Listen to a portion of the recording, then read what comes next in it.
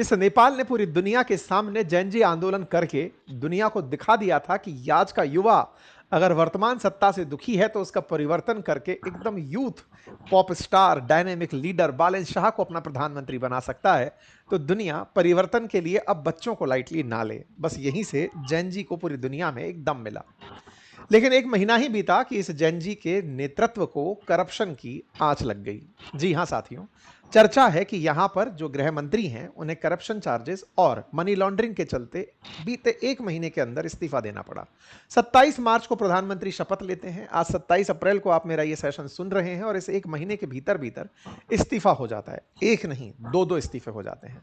और इस इस्तीफे के बाद बात निकलती है, शाहजहां तक पहुंचती है। कहते हैं कि मुमताज की याद में ताजमहल बनवाने वाले शाहजहां ने कारीगरों के हाथ कटवा दिए थे। कुछ वैसा ही बालिन शाह ने सोचा है। लगता है कि छात्रों को वो उनके राजनीति के अधिकार से ही वंचित करना चाहते हैं। आदेश एक महीने के अंदर ऐसा कि अब छात्र स्कूल में राजनीति नहीं कर सकेंगे। इसके चलते नेपाल में फिर से प्रोटेस्ट की सुगबुगाहट है। इतना ही नहीं, जिस भारत से नेपाल में लगभग 60% सामान जाता है, वहां बॉर्डर पर 63 रुपए से ज्यादा का माल ले जाने वालों पर कस्टम ड्यूटी कस के लगाई जा रही है, जिसका भी विरोध होना शुरू हो रहा है। तो क्या बालेन शाह अपने 5 साल पूरे करेंगे या फिर औरों की तरह उन्हें भी हटा दिया जाएगा? और इन सब के बीच भारत नेपाल के रिश्तों को आप कैसे देखते हैं, सभी की चर्चा डिटेल में करते हैं। आइए खबर को पढ़ते हैं, चैनल को सब्सक्राइब कर लीजिए और हम फिर आगे बढ़ते हैं। मेरे प्यारे साथियों, जैन जी की नेतृत्व सरकार जिसकी चर्चा आज हम कर रहे हैं, उसके मुखिया लीडर बालेन शाह, जो कि 8 से 12 सितंबर 2025 में हुए प्रोटेस्ट का फेस बनकर निकले।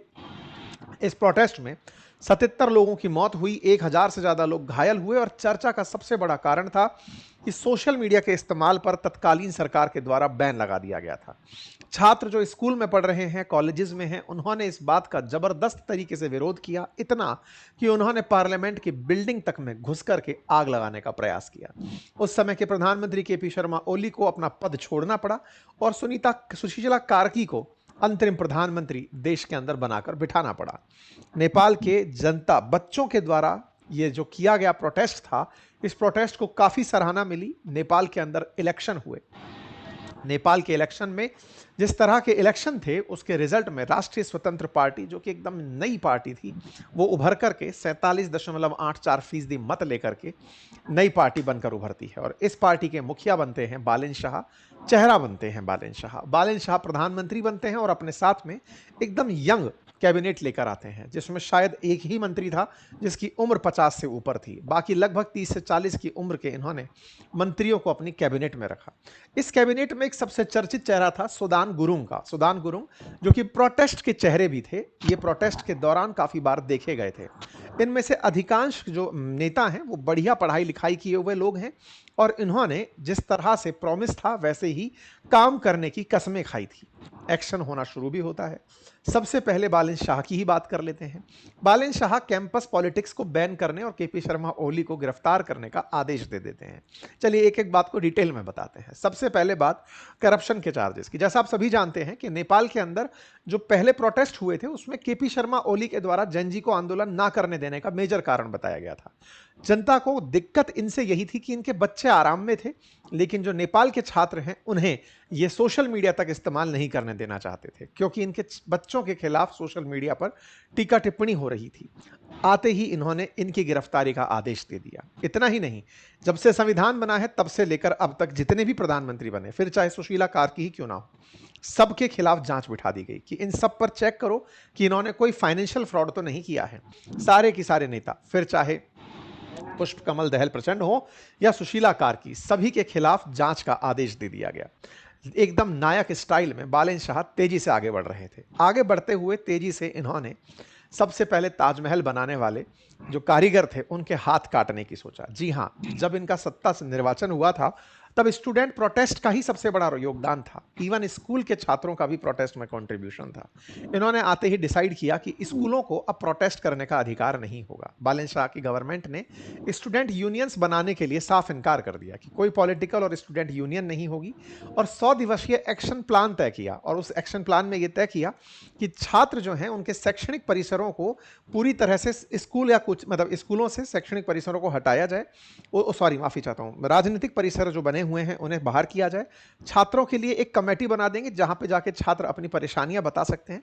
इसे स्टूडेंट काउंसिल कहा जाएगा और उसी काउंसिल के थ्रू काम किया जाएगा। और पढ़ना लिखना चाहते हो तो नागरिकता की शर्त भी हटा देंगे। लेकिन स्कूलें जो आपके नेपाल में चल रही हैं, सेंट जेवियर के नाम से, ऑक्सफोर्ड के नाम से, पेंटागन के नाम से, उन सबको अपना नाम भी बदलना पड़ेगा। मतलब पहला, स्कूल किसी भी प्रकार के प्रोटेस्ट में पार्टिसिपेट नहीं करेंगे, स्टूडेंट्स प्रोटेस्ट पार्टिसिपेट नहीं करेंगे। दूसरा, जो स्कूल्स वहां पर चल रही हैं विदेशी नामों से, उन्हें नेपाली नाम रखना पड़ेगा। 5वीं तक के बच्चों को परीक्षाएं नहीं देनी होंगी। और इतना ही नहीं, कोचिंग्स जो चल रही हैं नेपाल के अंदर, उन्हें 15 अप्रैल तक बंद होने का भी आदेश दे दिया गया था। मतलब एक तरीके से देखा जाए तो बच्चों के लिए कोचिंग बंद करना अच्छा फैसला था। कोचिंग्स बंद होती हैं तो छात्रों को कंपटीशन बहुत अच्छा मिल सकता है, फेयर मिल सकता है। लेकिन इस तरह के फैसले कामयाब तभी होते हैं जब आपके पास इतनी पुलिस हो कि वो जगह जगह जाकर निगरानी कर सके, इंडिविजुअली चेक कर सके कि यहां कोचिंग हो रही है या नहीं। ये फैसले कागजों पर ही वाहवाही बटोरते हैं, एग्जीक्यूट नहीं होते।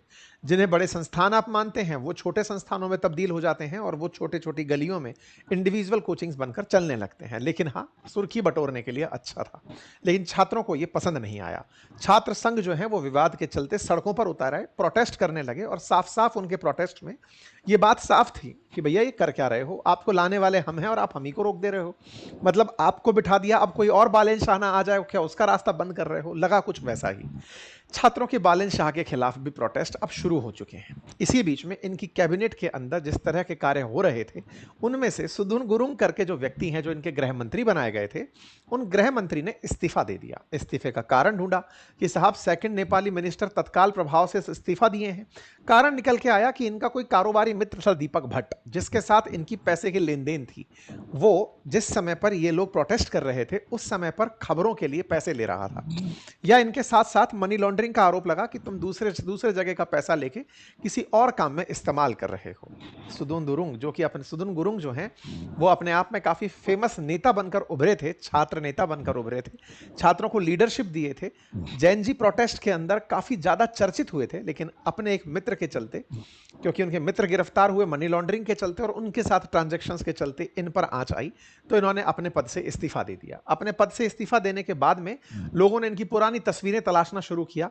जब जैन जी प्रोटेस्ट हो रहा था तो जिन जैन जीज को नुकसान हुआ, बच्चों के पेरेंट्स को अपने बच्चे खोए जिन्होंने, उनसे ये सहानुभूति और सांत्वना देते दिखाई दिए थे, छात्रों के लिए रोते हुए दिखाई दिए थे, सुशीला कार्की के पैरों में पड़ करके उन्हें अभिवादन करते हुए दिखाई दिए थे। अब इनका इस्तीफा हो गया है। सुनने में अच्छा है कि प्रोटेस्ट में दिखने वाले व्यक्ति ने इस्तीफा दिया क्योंकि उसके ऊपर भ्रष्टाचार का आरोप था। एक्शनेबल बात है। लेकिन सबसे बड़ा सवाल, महीने भर के अंदर भ्रष्टाचार भी हो गया, ये दूसरा सबसे बड़ा सवाल था। खैर, इसके बाद में तीसरा जो इन्होंने फैसला उठाया, मतलब बालेन शाह अब ऐसे फैसले तो ले रहे हैं जो जनता को देखकर ऐसा लगता है कि वाह, हमारा नेता गजब कर रहा है, छात्रों को पॉलिटिक्स से बाहर कर रहा है।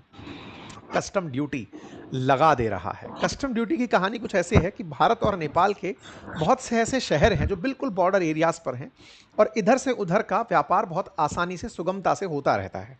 मतलब नेपाल के बॉर्डर पर बसे हुए भारत के भी जो राज्य और उनके जो शहर हैं, वहाँ पर नेपाल के साथ आना जाना बना रहता है। इतना भी है कि भारत का तेल थोड़ा सस्ता पड़ता है तो नेपाल की गाड़ियाँ भारत के बॉर्डर में आके तेल भरवाती हैं।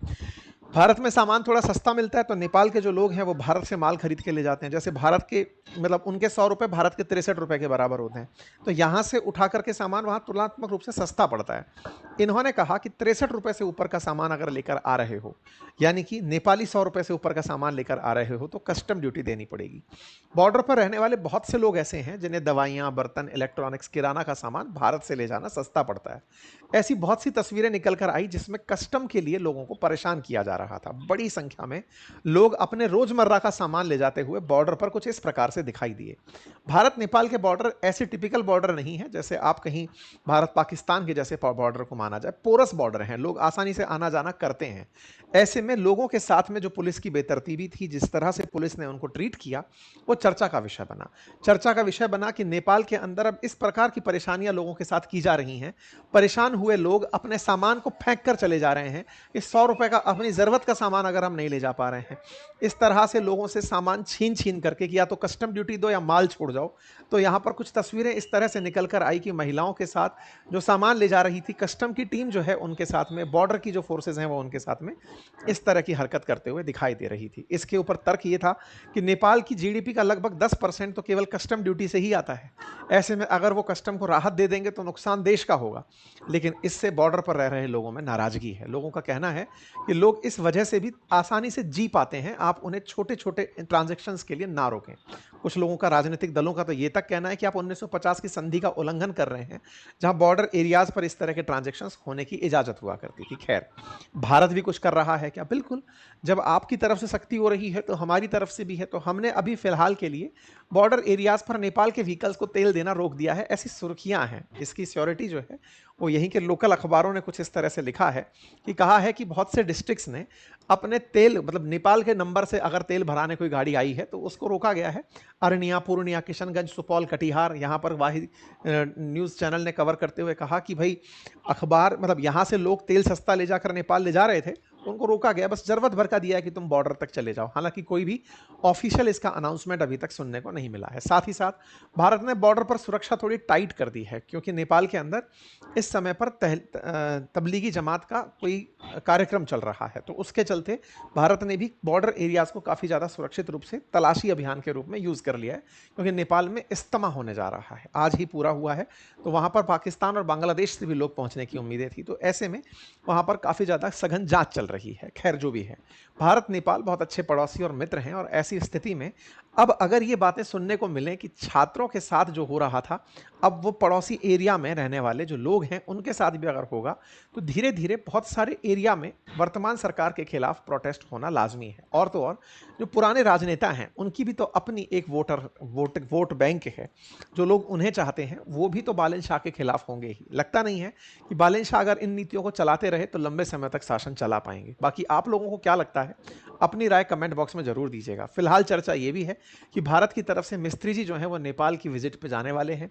हेडलाइंस फिलहाल बनी हुई हैं। चर्चा ये भी है कि अभी बालन शाह ने ये तय किया है कि वो उन लोगों से नहीं मिलेंगे जो राजदूत लेवल के होते हैं, वो विदेश मंत्री या उनसे ऊपर के ही लोगों से मिलेंगे। ऐसे में डोनाल्ड लू से नहीं मिले बताए, ऐसी खबर बनकर आ रही है। कहा जा रहा है कि भारत के अंदर जो सरगई गोर हैं, जो कि भारत के राजदूत हैं लेकिन नेपाल भी उन्हीं के पास में है, तो ऐसे उनसे भी अगर मुलाकात हो तो शायद बालन शाह उनसे भी ना मिले। इन तमाम चीज़ों के बीच में चर्चा ये भी है कि ये भारत आने के बारे में प्लान कर रहे हैं पहली राजनीतिक यात्रा के रूप में। इन सभी चीज़ों के बीच में चर्चा भारत नेपाल के संबंधों की हमेशा बनी रहेगी। अपडेट था तो मुझे लगा कि आपको 1 महीने का अपडेट दिया जाना चाहिए। जानकारी आपको कैसी लगी सेशन के अंदर ज़रूर बताइए। बहुत बहुत धन्यवाद।